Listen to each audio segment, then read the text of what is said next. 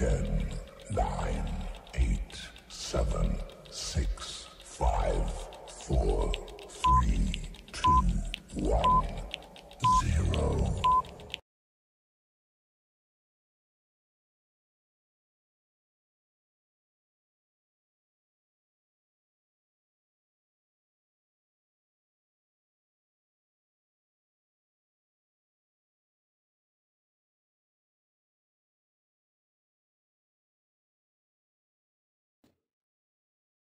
देखें, last time तक हम लोगों ने पीजीबीपी के सारे प्रोविजंस देख लिए थे। छोटे मोटे क्या थे, बचे हुए टॉपिक्स थे, जिसमें से एक सबसे इम्पॉर्टेंट टॉपिक है and that is your penalty. Penalty का मतलब क्या होता है? पेनाल्टी दंड देना। एक केस लॉ आया, ये बताओ नॉर्मल केस में पेनाल्टी अलाउड होती है या नहीं? अगर मैं कहूं पेनाल्टी क्या तुम लोग एज अ डिडक्शन दोगे या नहीं?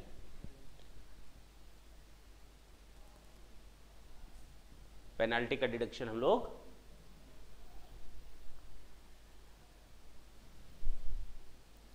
अगर बदमाशी करोगे तो इनाम मिलेगा या क्लास से निकाला जाएगा?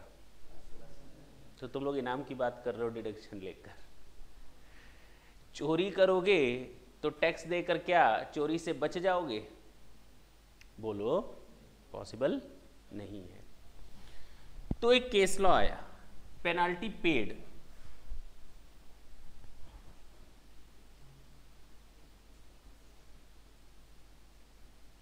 For infraction of law.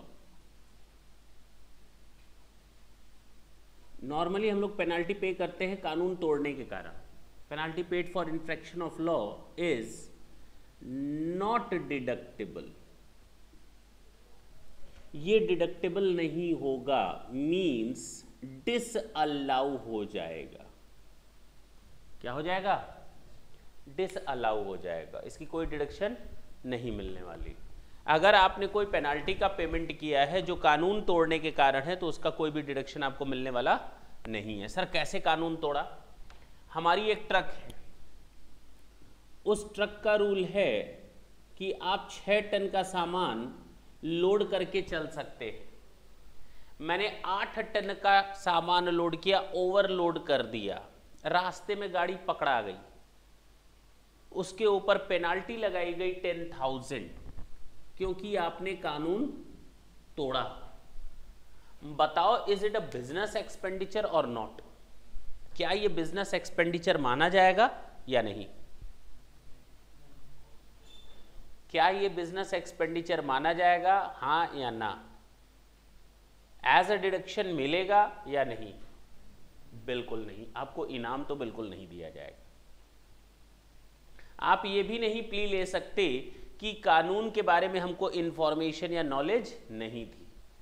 आप ये भी प्ली नहीं ले सकते कि कानून के लॉ के बारे में आपके पास इंफॉर्मेशन या नॉलेज नहीं थी। That's it. This 10,000 will not be allowed as a deduction.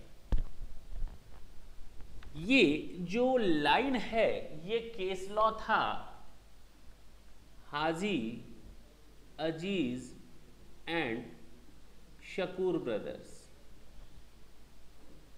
ये उनके केस में दिया गया था। Haji Aziz and Shakoor brothers, penalty paid for infraction of law is not deductible at all. Penalty दो तरह की होती है। कितने तरह की होती है?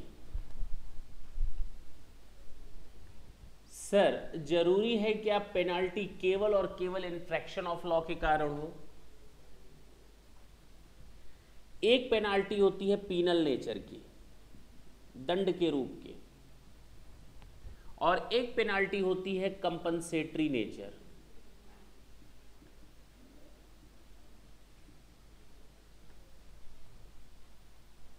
ये 100% डिसअलाउड होता है, सोचना ही नहीं है, और ये 100% अलाउड होता है, सोचना ही नहीं। सर दोनों में फर्क क्या है, और ऐसा क्या दोनों में फर्क है? रीजन जरा बताइए। मैं नहीं बताऊंगा, आंसर तुम लोग को देना है। मैं कहानी बताऊंगा मालवा वनस्पति के केस की। किस केस की? मालवा वनस्पति। क्या था उस मालवा वनस्पति के केस में? हटा सकते हैं इसको हटा सकते हैं।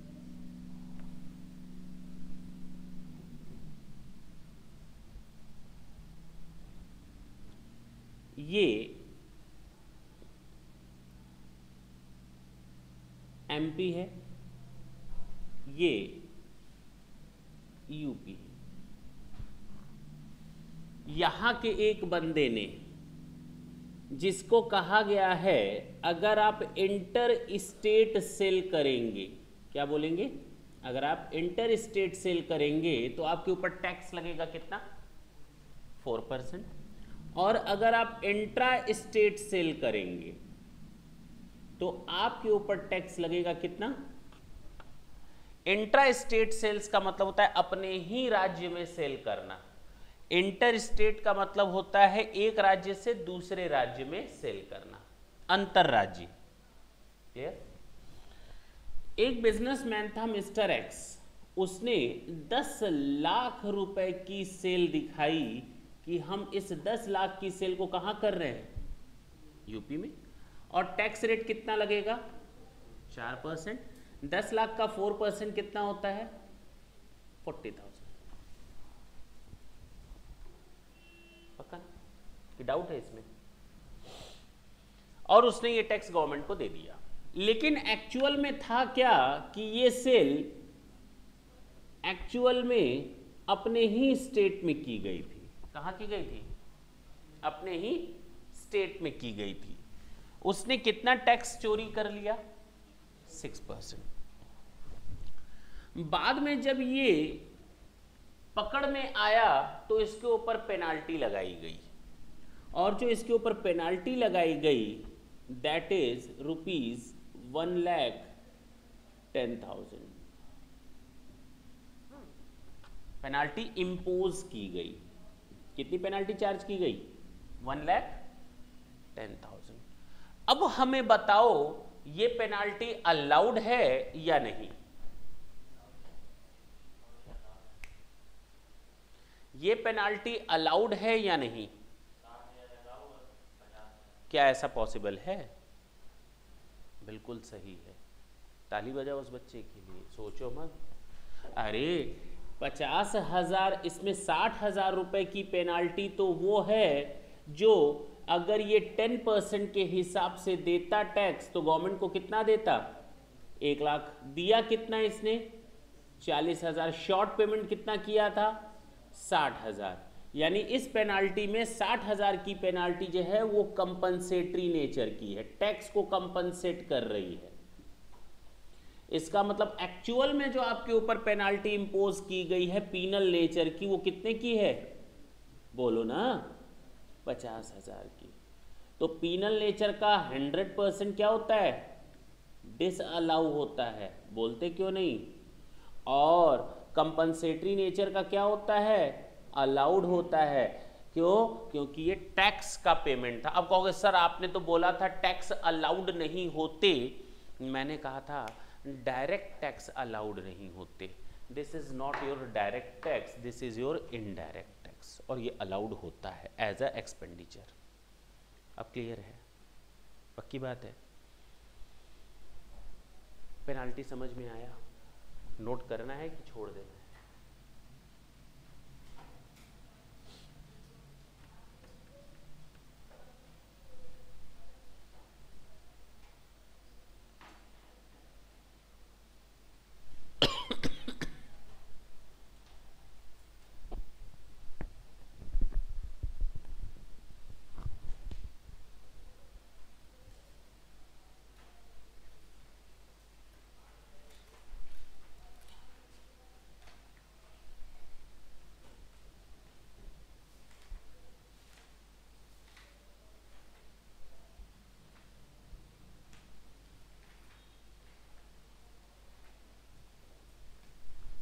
चल सकते हैं?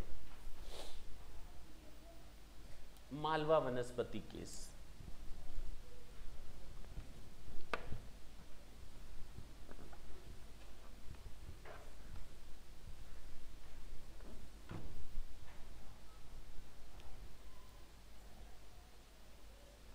मैंने जो आपको असाइनमेंट दिया हुआ है उसके क्वेश्चंस पर आते हैं। क्वेश्चन नंबर 24 करवा दिया था।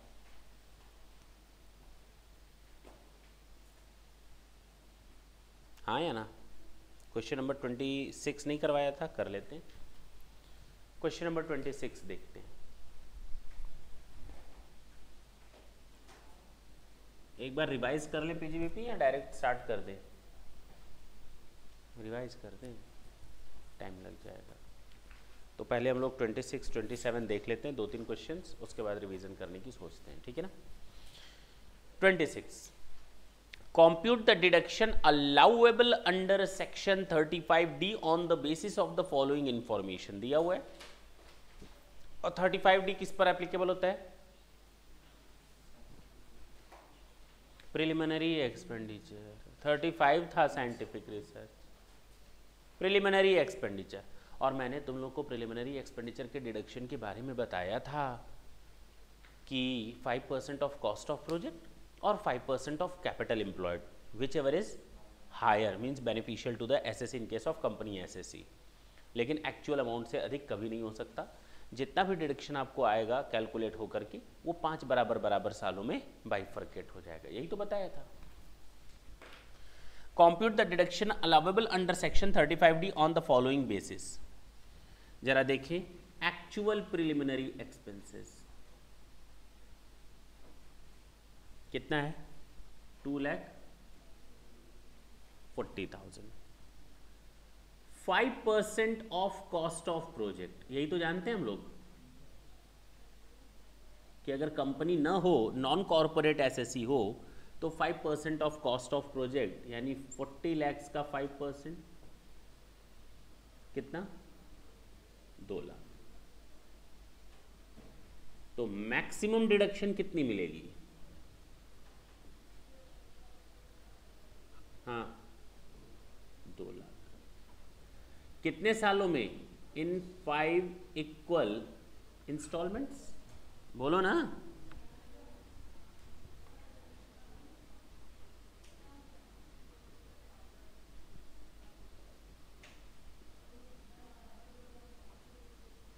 हर साल कितना? अच्छा, कब किया है ये एक्सपेंडिचर नहीं मालूम तो दे देना जिस साल से खर्च किया हो। 14-15 प्रीवियस ईयर में एक, 15-16 में सेकंड 40,000, 16-17, 17-18, 18-19, 5 बराबर सालों में दे देना। ये आपका 26 का ए था। 26 का बी भी है। क्या कहता है वो? What will be your answer if the above preliminary expenditure have been incurred by limited company, means a company, and the capital employed is 46 lakhs। अब हमारे पास इंफॉर्मेशन है एक्चुअल प्रिलिमिनरी एक्सपेंसेस कितना? 2,40,000। 5% ऑफ कॉस्ट ऑफ प्रोजेक्ट, बोलो ना, 2 lakhs, हाँ या ना? And 5% of capital employed, वो भी अब दे दिया, हाँ या ना?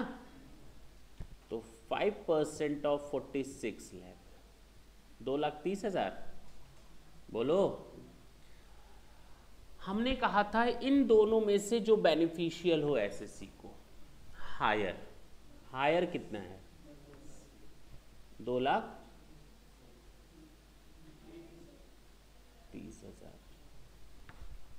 इन दोनों में। तो डिडक्शन अब कितनी मिलेगी? सॉरी, कितनी मिलेगी? 2,30 से तो अब अधिक बेटा ले ही नहीं सकते, आपका एक्चुअल 2,30 से ज्यादा है, तो मैक्सिमम डिडक्शन मिलेगी 2,30,000, हाँ या ना?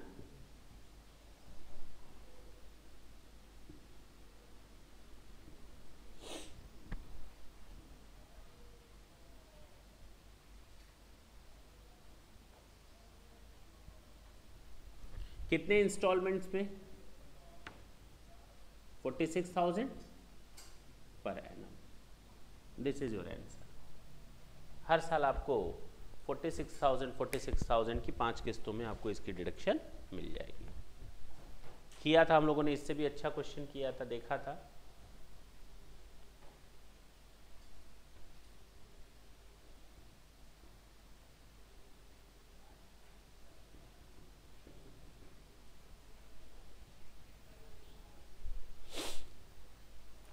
Question number 27।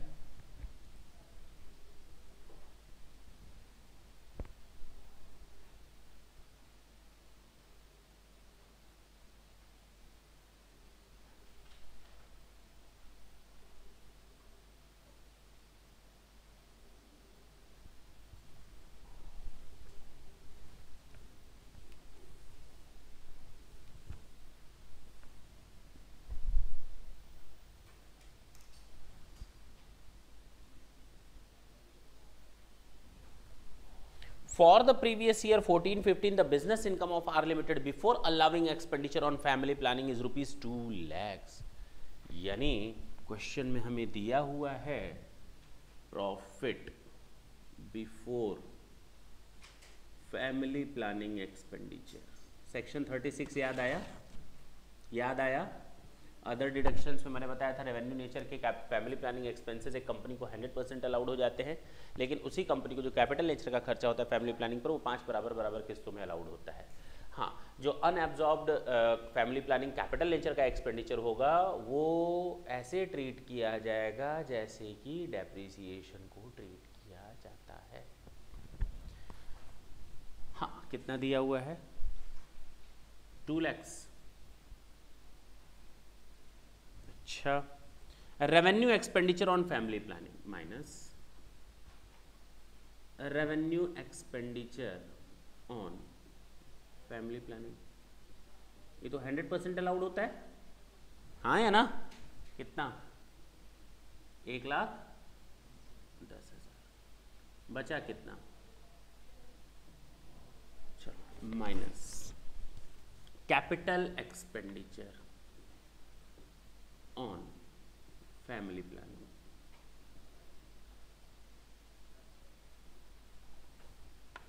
1/5 ऑफ 6 लाख, हाँ या ना? 5 बराबर किस्तों में ना, बोलो। यानी छूट कितनी मिलनी चाहिए? लेकिन मेरे पास है कितना? 90 से ज़्यादा तो आप छूट ले ही नहीं सकते, डेप्रिसिएशन की तरह ट्रीट किया जाना है। The maximum deduction can be allowed to the extent of availability of profit, यानी 90,000 का डिडक्शन मिलेगा। तो प्रॉफिट कितना बचा? 0। अनएब्जॉर्ब फैमिली प्लानिंग एक्सपेंसेस कितना हुआ? 30,000 ना। तो unabsorbed family planning expenditure of rupees 30,000 can be set off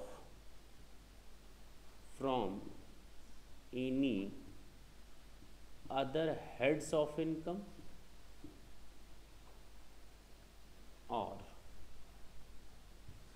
further it can be carry forward।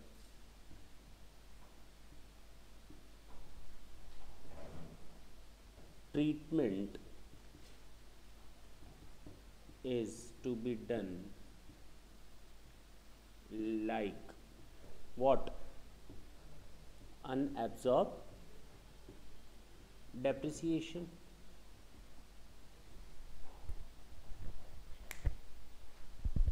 अभी क्वेश्चन खत्म नहीं हुआ, ढंग से देखो ना।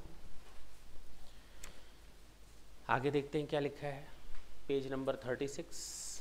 Compute the deduction available for expenditure on family planning to the company assuming the company has other income rupees 20,000। कोई दिक्कत नहीं है, चले।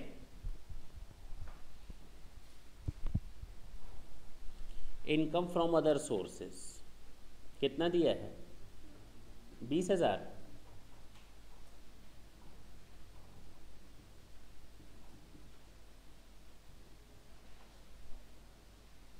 Minus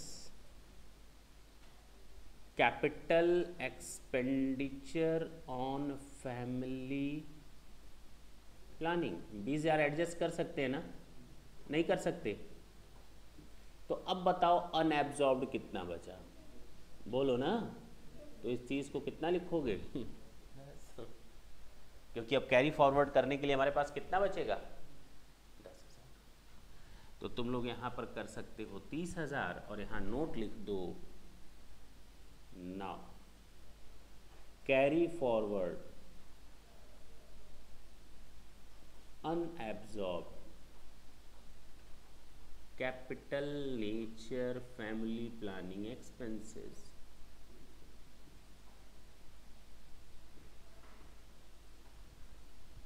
rupees 10,000. That's it. This is your complete answer.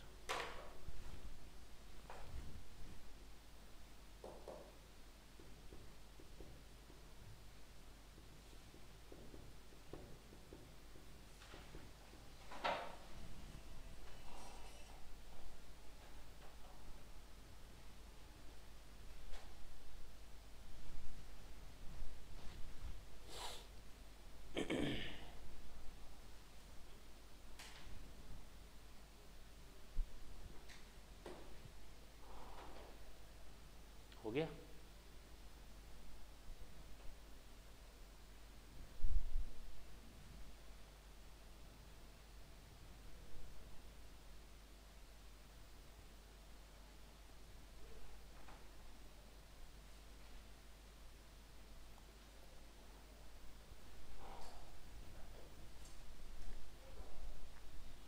कुछ और भी बचा था क्या उसमें? बस ना? अच्छा, क्वेश्चन नंबर 28 देखते हैं और लिख लें इसके आगे most important.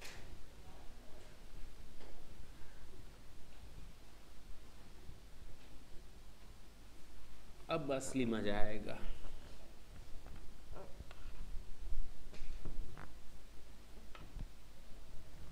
Question number 28।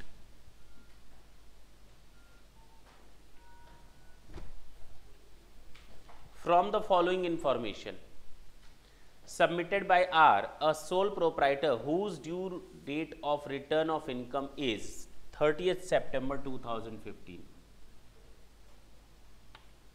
Return of income due date क्या है? 30th September 2015. Compute the amount disallowed under section 40. 40 के हिसाब से आपको disallowed expenditure बताने हैं।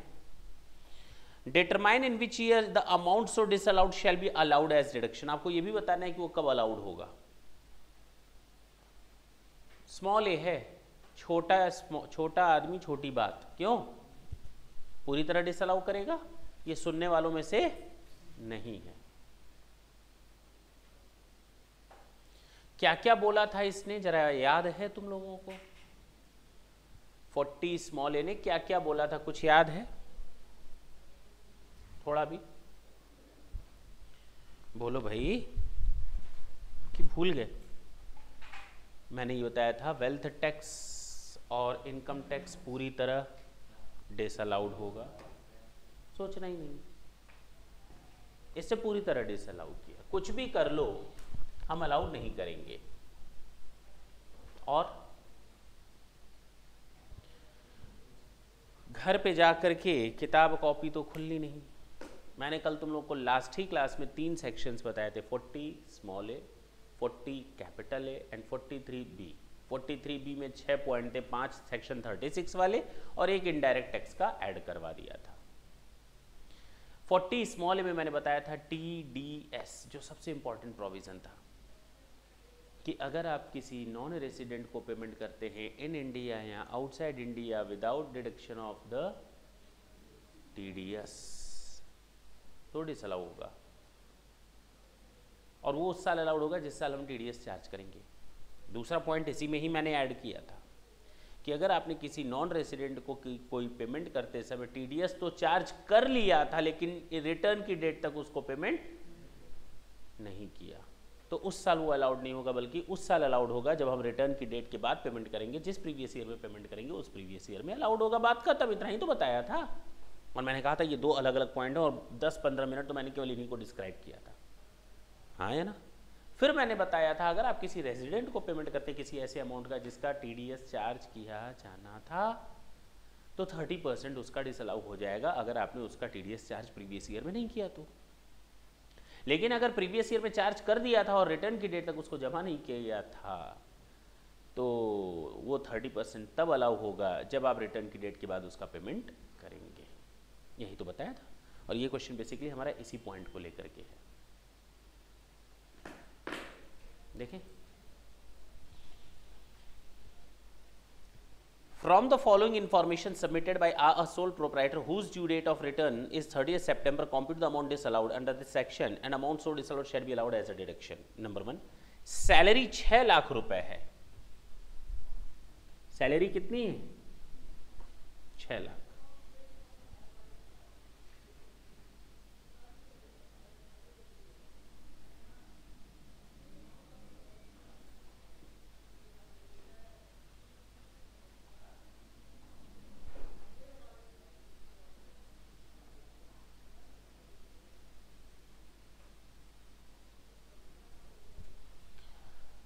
जिसमें शामिल है 2 लाख की, जिसको मैंने पेमेंट किया है 16 मार्च को।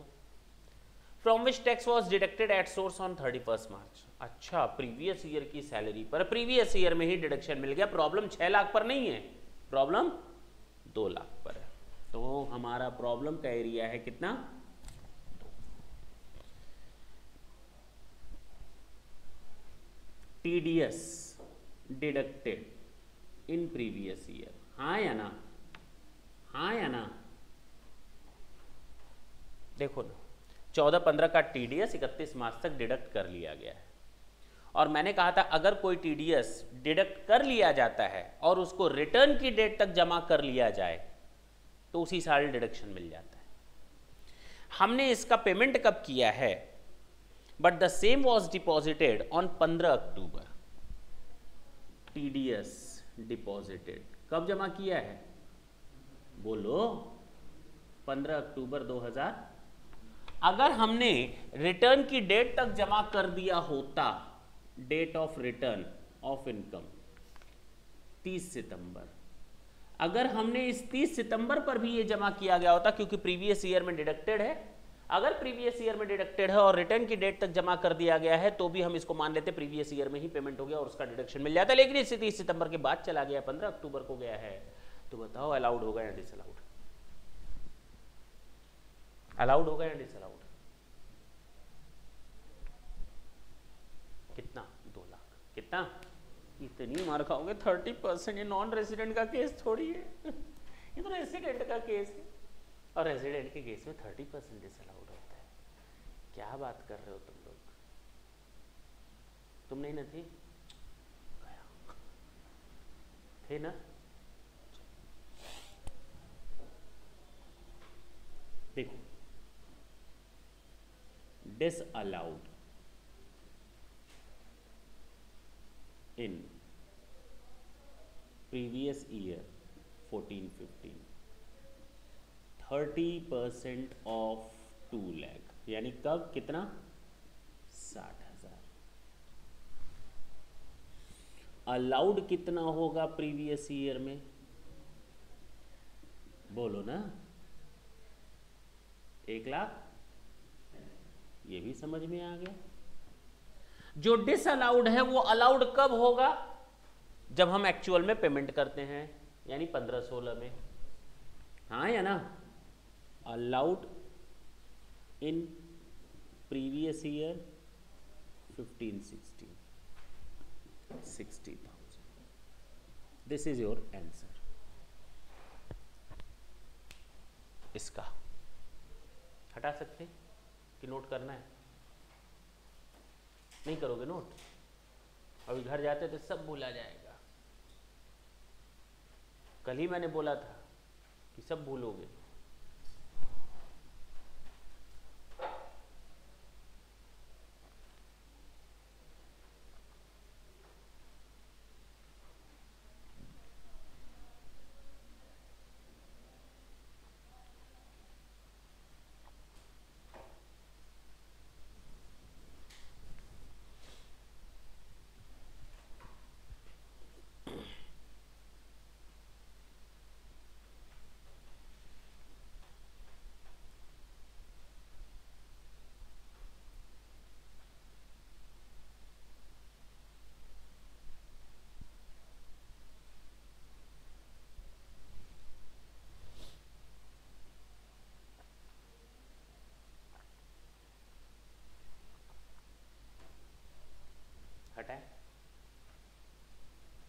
स्पीड लें बच्चों, बहुत क्वेश्चन बाकी हैं।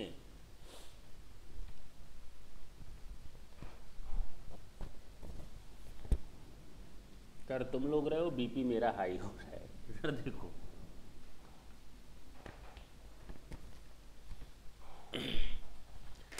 इंटरेस्ट ऑन लोन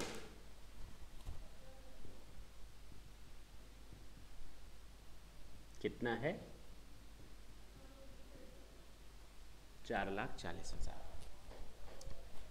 ये क्वेश्चन इस मायने में भी इंपॉर्टेंट है, जब मैं ये प्रोविज़न बता रहा था तो मैंने कहा था कि टीचर को अगर इस साल फंसाना है तुम लोग को मई और नवंबर के एग्ज़ाम में 2015 में मई, जून, नवंबर, दिसंबर CACS का जो भी केस हो, तो टीचर के पास यही एक प्रोविज़न बचता है आपको फंसाने के लिए।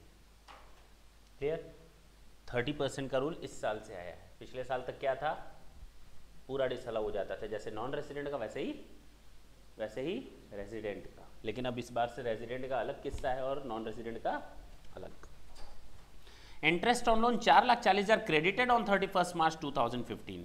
भाई मैंने तुम लोग को बोला कि इंटरेस्ट ऑन लोन क्रेडिट करो, दे दो, पेमेंट करो, बुक एंट्री करो, एडजस्टमेंट करो, कुछ भी करो, पार्टी के नाम क्रेडिट करो, इंटरेस्ट सस्पेंस अकाउंट में डालो, किसी भी तरह अमाउंट दो, लेकिन अमाउंट क्रेडिट करते समय आपको उसमें से TDS घटाना पड़ेगा।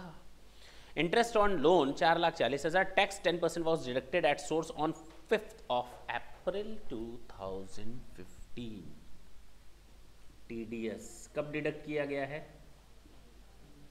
On 5th April। मेरे पास दो प्रोविजन थे।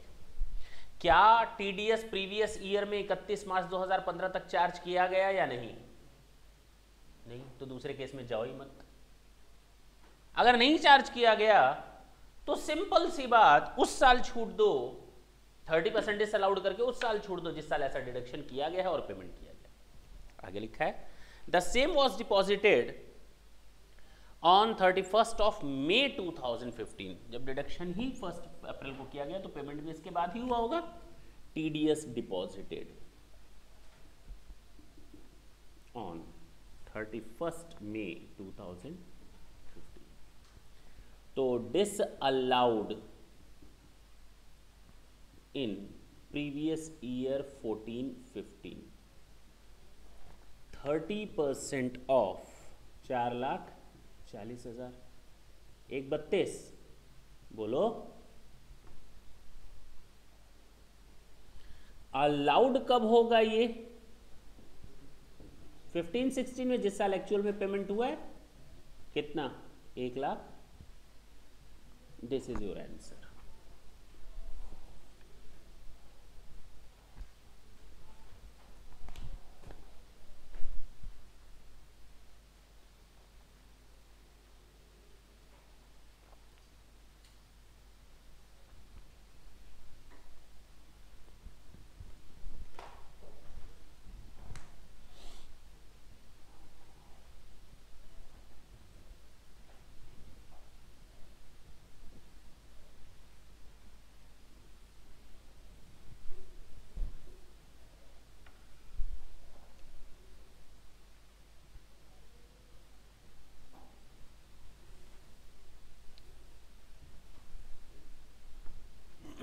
Point number 3, payment to contractor ₹3,40,000 on 15 जून 2004। पेमेंट टू होम कितना?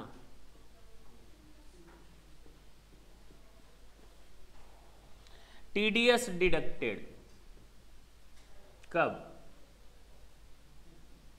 यानी प्रीवियस ईयर में डिडक्ट कर लिया गया है। अरे जब प्रीवियस ईयर में डिडक्ट हो जाता है तो पॉइंट नंबर 2 पर चले जाओ। प्रीवियस ईयर में डिडक्ट किया गया, क्या date of return of filing of income तक पेमेंट कर दिया गया या नहीं? डिपॉजिट किया गया है, TDS डिपॉजिटेड। कब? 18 सितंबर। और date of return of income 30 सितंबर। इसका मतलब हमने रूल को फॉलो किया ना, कोई डिसअलाउड नहीं होगा, हाँ या ना? Deduction allowed 100%। In previous year 14-15, 3,40,000 पूरा का पूरा आपका अलाउड हो जाएगा। सिंपल था, अब समझ में आ रहा होगा बेटा। अब समझ करके बताओ जो पॉइंट नंबर 4 है। पहले 5 कर लेते हैं, पॉइंट नंबर 5, उसके बाद 4 पे आराम से निपटेंगे। लिखा है rent ₹3,60,000 credited on 31 March 2015। Rent कितना है? 3,60,000, which include 2,50,000 from which tax was deducted at source. Okay, हमारी प्रॉब्लम 3,60,000 की नहीं है, हमारी प्रॉब्लम कितनी है? केवल 250 की। कह रहा है जिस पर टीडीएस डिडक्ट किया गया है ऑन कब? 5 मई 2015। ओके, तो गड़बड़ हो गया। इसका मतलब प्रीवियस ईयर में डिडक्ट नहीं किया गया, not deducted in previous year, तो प्रीवियस ईयर में छूट भी नहीं मिलेगी। कब छूट मिलेगी? जिस साल डिडक्शन और पेमेंट किया गया हो। तो डिपॉजिट किया गया है, नहीं भी लिखा होता तो भी हम मान लेते उस साल डिडक्शन तो मिलना नहीं है। 30 मई 2015, तो डिसअलाउड इन प्रीवियस ईयर 14-15 ₹2,50,000। कितना? केवल 30%, केवल 30%। कितना? 30% ऑफ 2,50,000। तो अलाउड कब होगा ये 75,000? 15-16 को। That's it. अब समझ में आया? अजीब लग रहा होगा, अजीब लग रहा है? सिंपल है मेरा, आज तो सिंपल है ही। तो एक हफ्ते बाद जब यही क्वेश्चन पूछेंगे तो दिमाग की हवाइयाँ उड़ेंगी। हटा रहे हैं इस क्वेश्चन का last point, point number 4, most important.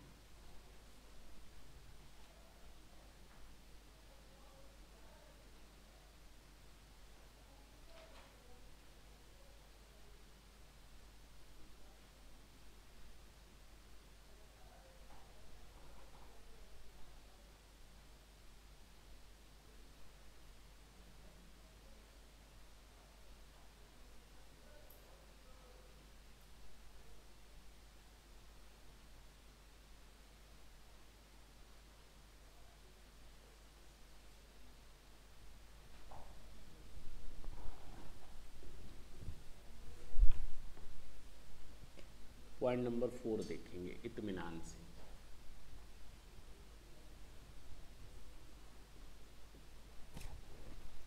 Commission and brokerage 6,40,000।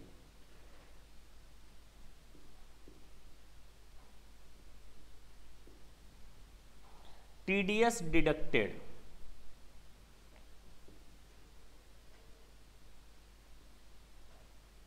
कब?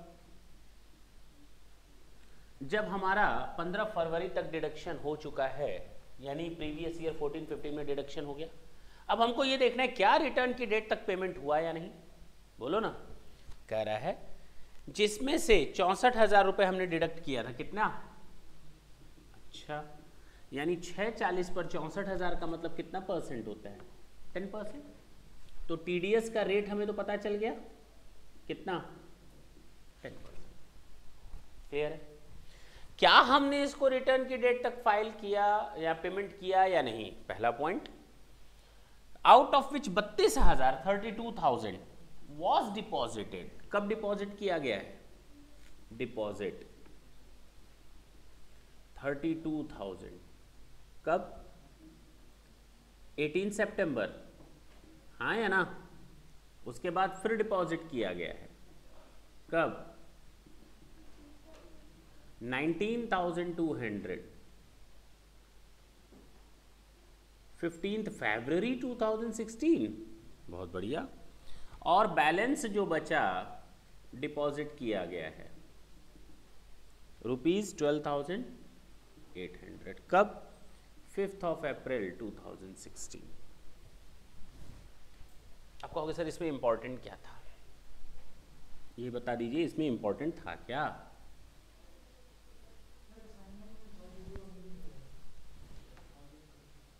कर लो उसको 32,000 कर लो, पेन है ना हाथ में तो कर लो।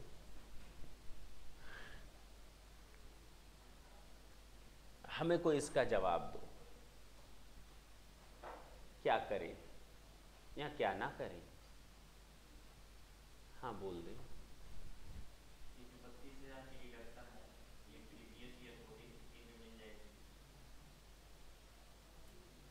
ऐसे तो ना बोलो,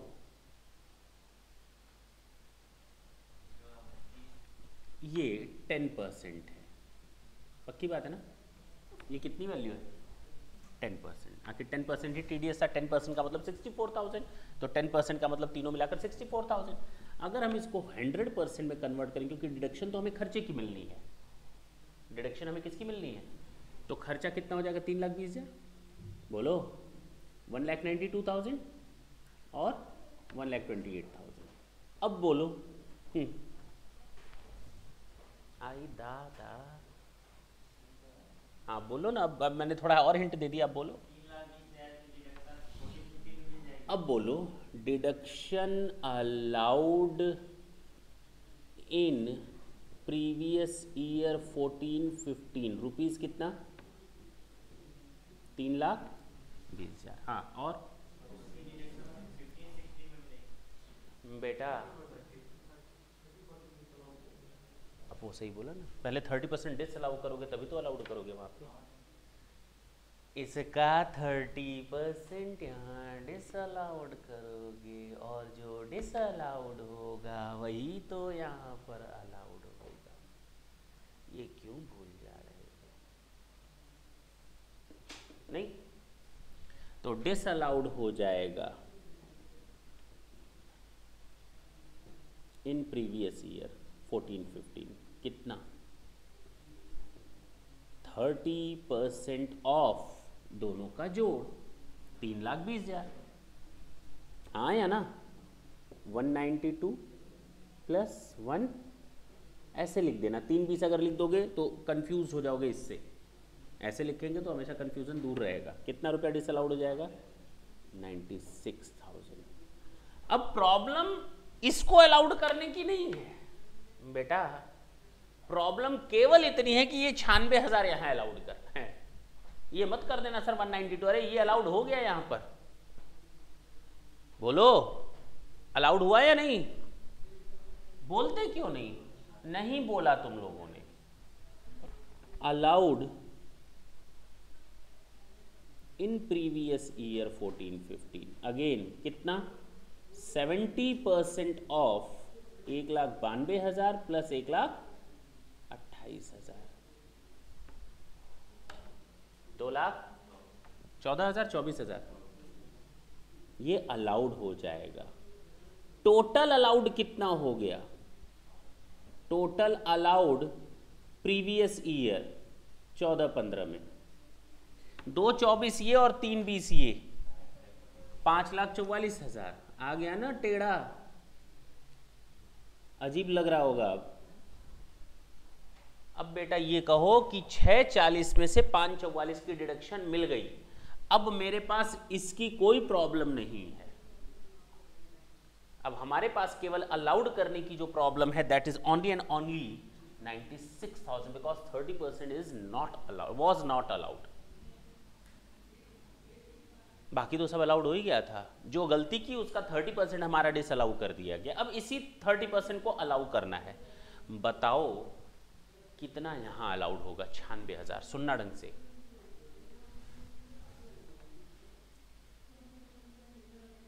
1,92,000 का 70% अलाउड हो चुका है, यानी 1,92,000 का 30% डिसअलाउड हुआ है। हाँ या ना? तो इसका डिसअलाउड पोर्शन कितना है? 1,92,000 का 30%। हम थोड़ा और डिटेल में बता दे रहे हैं, अदरवाइज ये तो तुम लोग जान सकते। यानी इसमें 96,000 में कितना शामिल है? 57,600। इसका डिसअलाउड पोर्शन कितना हो जाएगा? 1,28,000 का 30%, 38,400। बोलो नहीं, इन दोनों को जोड़ दो तो ये आ जाएगा 96,000। आ रहा होगा?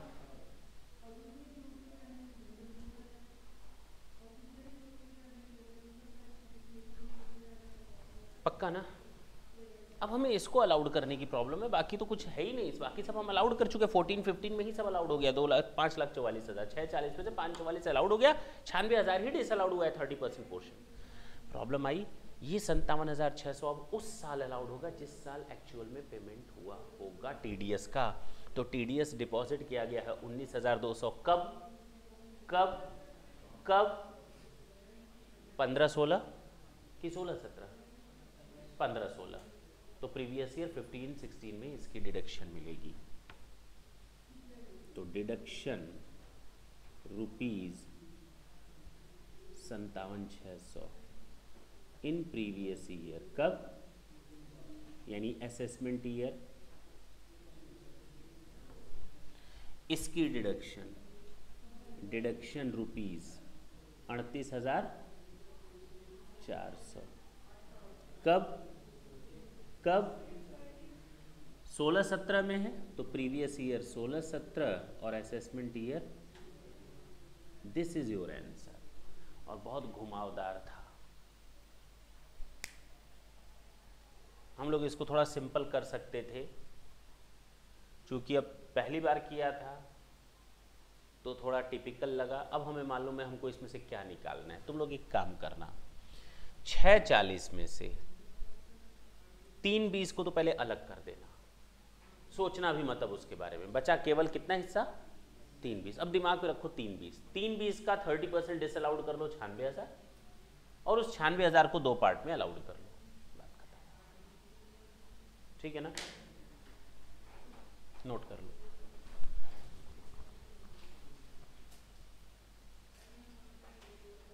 सोच लो बेटा, अगर ये इस बार एग्जाम में आ गया तो मजे आ जाएंगे सबके।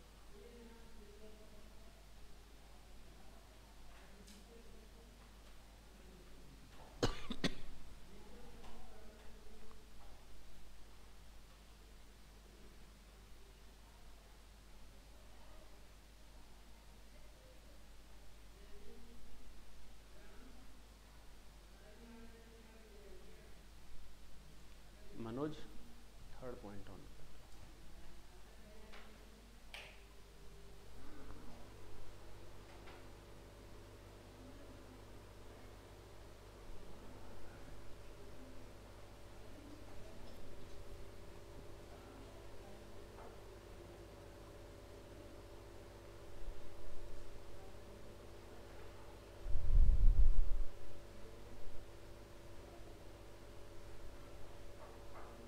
हटा दें?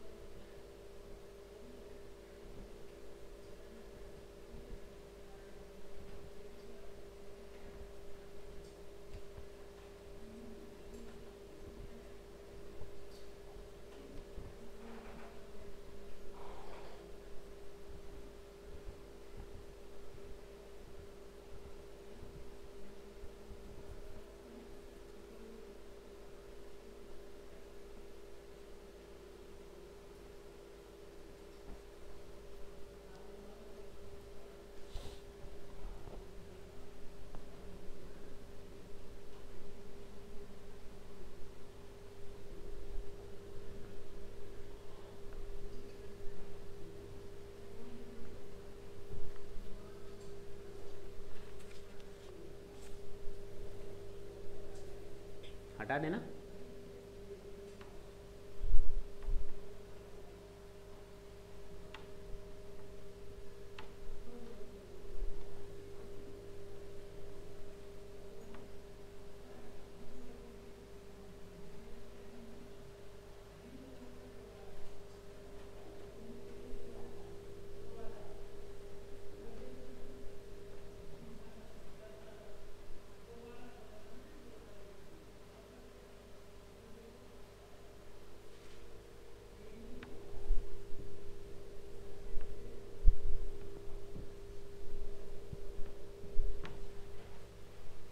क्वेश्चन नंबर 29 देखें। Will the provisions of section 40A capital A, भाई ये कैपिटल ए बड़ा भाई, थोड़ी बड़ी बात कर रहा है। उसने कहा था कुछ कंडीशंस पर हम आपको ये खर्चे अलाउड करेंगे। पहला इसने बोला था, मुझे जहां तक याद है, सुनो ना, अनरीजनेबल या एक्सेसिव होगा तो डिसअलाउ कर देंगे। याद आया होगा मिस्टर एक्स ने अपनी वाइफ को 50,000 रुपये की सैलरी दी, जबकि एक MBA पास को, जो हाई स्कूल पास थी, उसको 50,000, जबकि उसकी ने अपने MBA पास एम्प्लॉय को 20,000 रुपये दिया था। याद आया? रीजंस मैंने बताए थे, स्पेसिफाइड पर्सन के साथ ट्रीटमेंट, वो अनरीजनेबल या एक्सेसिव अमाउंट डिसअलाउड हो जाता है जितना असेसिंग ऑफिसर को लगे। दूसरा, 20,000 रुपये से अधिक का कैश पेमेंट एक दिन में एक बंदे को डिसअलाउड हो जाता है। ये अकाउंट पे ही चेक के थ्रू होना चाहिए या अकाउंट पे डिमांड ड्राफ्ट के थ्रू होना चाहिए, अदरवाइज ये पूरा का पूरा अमाउंट डिसअलाउड हो जाता है। क्लियर है? मेन ये 2 पॉइंट याद रहेंगे। चलें आगे।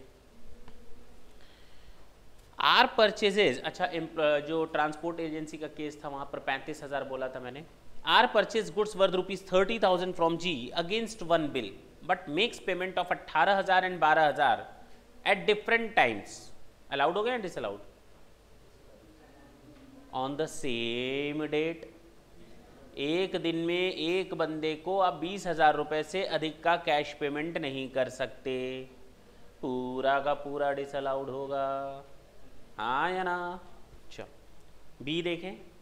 R makes a payment of ₹40,000 as donation by cheque to national defence fund. बेटा नेशनल डिफेंस फंड PGBP का पार्ट नहीं होता, डिडक्शन हम यहाँ मांगते ही नहीं। हम डिडक्शन कहाँ मांगते हैं मालूम है? चैप्टर सेक्शन 80G में। कहाँ मांगते हैं? सेक्शन 80G, चैप्टर 6 से बोलते हैं उसको, फिलहाल छोड़ दो उसको। सेक्शन 80G में उसका तो जब PGBP का मैटर है ही नहीं तो डिसअलाउ और अलाउ करने की तो बात ही ना बोलो। जब PGBP का मैटर नहीं है तो अलाउ और डिसअलाउ की बात ना बोलो। ब्लैक ब्रैकेट में लिख दो, not the matter of PGBP, it is not a matter of PGBP but the matter of 80, section 80।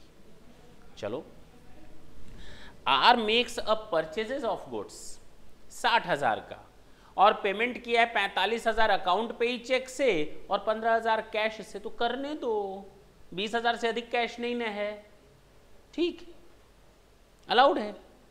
चलें आगे। R makes a purchase of goods of ₹60,000 on 14th February and makes the payment as under.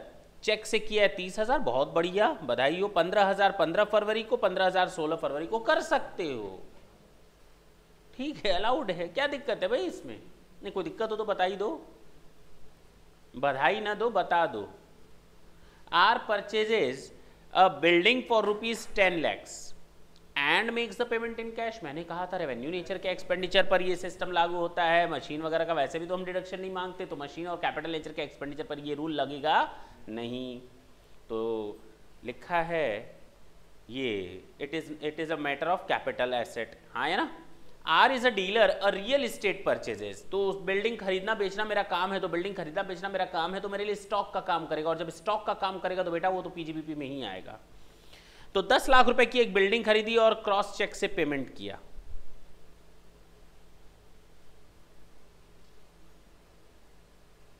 Makes the payment by other than cross cheque, other than cross cheque, other than cross cheque लिख लो, other than crossed cheque, तो ये disallowed हो जाएगा ना, हो जाएगा या कि नहीं? चेक से पेमेंट करना था ना, अदर देन क्रॉस चेक आपने पेमेंट किया, गड़बड़। बोलो।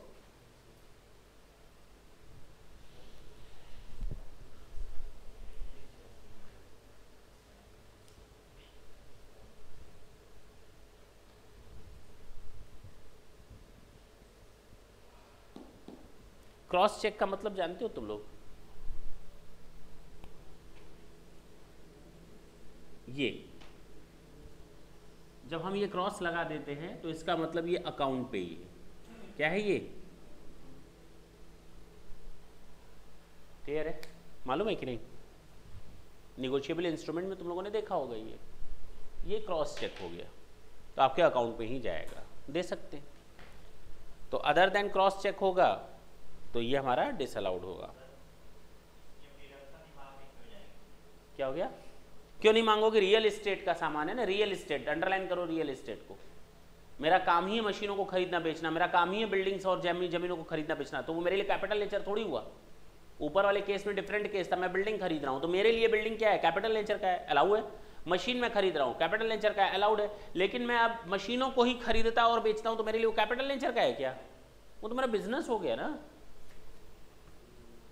चलें आगे, बोलो। R makes an advance of ₹30,000, बात नहीं, 30,000 रुपए का एडवांस दिया है क्रॉस चेक से for purchase of goods and delivery of the goods is made on 20 सितंबर 2014। कभी भी किया हो, 30,000 रुपए का एडवांस दिया है, क्रॉस्ड चेक से किया है, ब्रैकेट में लिख दो अकाउंट पे ही, कहीं भी लिख देना अकाउंट पे ही। तो बताओ अकाउंट पे ही चेक से अगर हम पेमेंट करेंगे तो अलाउड होगा या डिसअलाउड? अलाउड होगा, सोचना ही नहीं है। R pays a salary of ₹24,000 by account pay cheque यानी crossed cheque to an employee, allowed होगा डिसअलाउड? अलाउड होगा।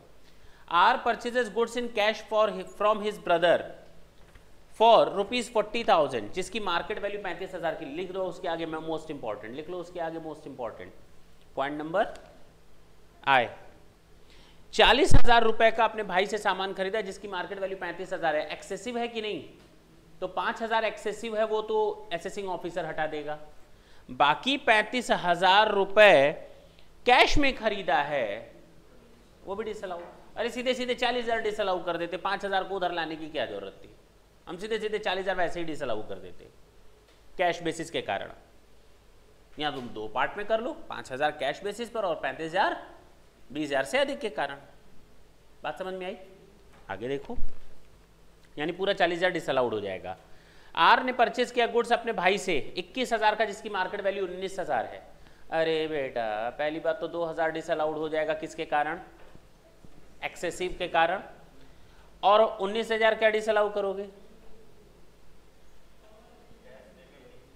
कैश क्योंकि 21,000 है, पूरा डिसअलाउड हो जाएगा। सोचना ही बंद कर दो सोचना ही बंद कर दो। ये नहीं कि सर अब तो 20 से कम हो गया, सजा थोड़ी कम मिलेगी, सजा तो पूरी मिलेगी। आपने 20,000 रुपए से ऊपर का कैश पेमेंट किया है, पूरा डिसअलाउड है। बहुत बढ़िया। R is a consignee agent and makes payment of ₹5 lakhs in cash for goods received by him for sale on commission basis.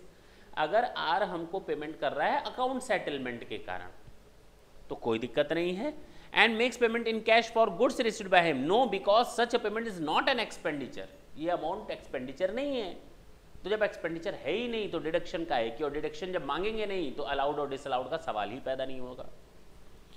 Are is a commission agent and makes purchase of goods in cash for ₹40,000 on his account and not an commission basis. ओहो, disallowed हो जाएगा, सोचना ही नहीं है इसमें। भाई commission agent है ना ये, बोलो। ऊपर वाला क्या था? कंसाइन यानी कमीशन बेसिस पर काम करता है, कमीशन बेसिस पर काम करता है। और दूसरा क्या है? कमीशन बेसिस पर काम नहीं करता, वो सामान अपने नाम से खरीदता और बेचता है। कच्चा आड़तिया पक्का आड़तिया, ऊपर देखो लिखा हुआ है कच्चा आड़तिया और नीचे वाले में मैंने लिखवाया पक्का आड़तिया। कच्चा आड़तिया वो होता है जो केवल और केवल कमीशन के लिए काम करता है। तुम लोग दुकानदार के पास जाते हो, कहते हो 100 रुपए का रिचार्ज कर देना मोबाइल, वो 100 रुपए का कार्ड निकालता है, आपको कितने में देता है? आश्चर्य नहीं हो रहा?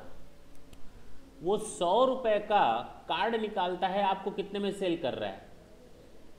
100 रुपए में। और उसने खरीदा कितने में था मालूम है? हाँ बोलो।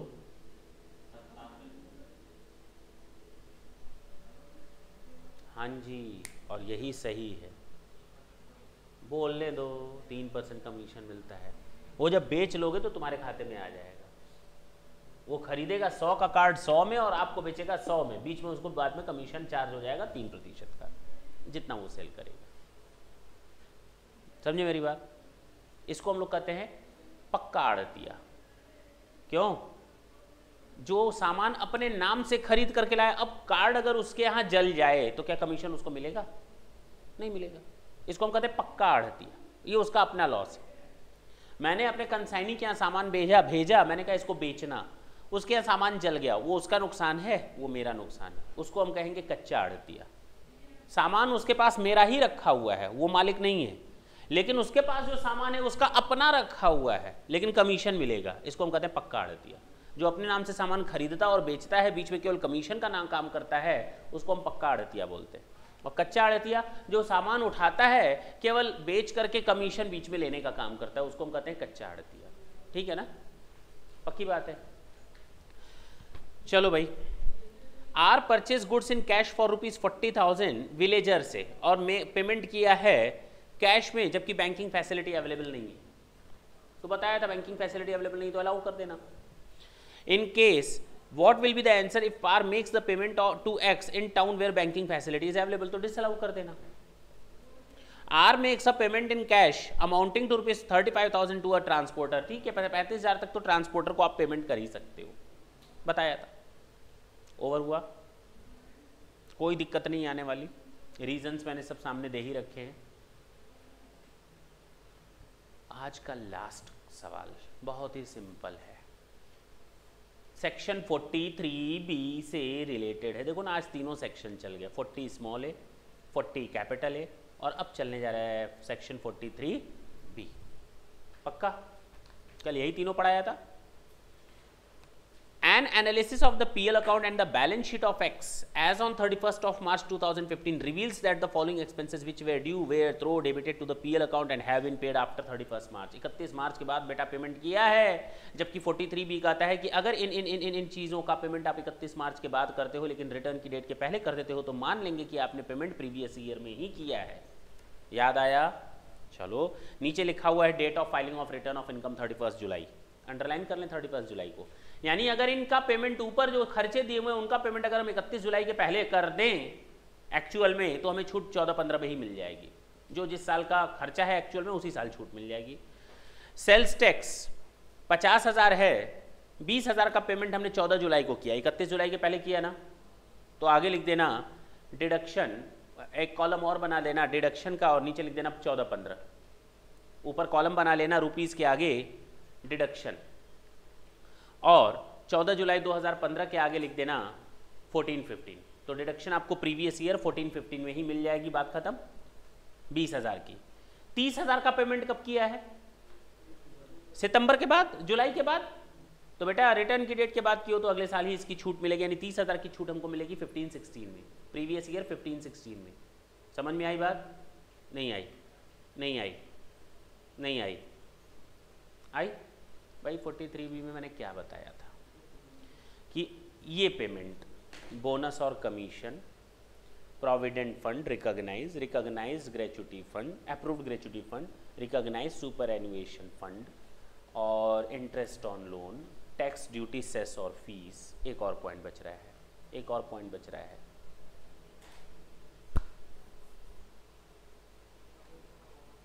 एक और देख लो, बोल दिया इंटरेस्ट ऑन, एक और बच रहा है इंटरेस्ट ऑन लोन के बाद, बोल तो दिया। पहला बोनस, पहला टैक्स, चलो अब बाकी 36 के ले लेते हैं। बोनस या commission, provident fund, superannuation fund, approved gratuity fund, interest on loan, एक और बच रहा है कोई, एक और कोई डिडक्शन है जो दिमाग से स्किप हो रही है, जरा देखो तो।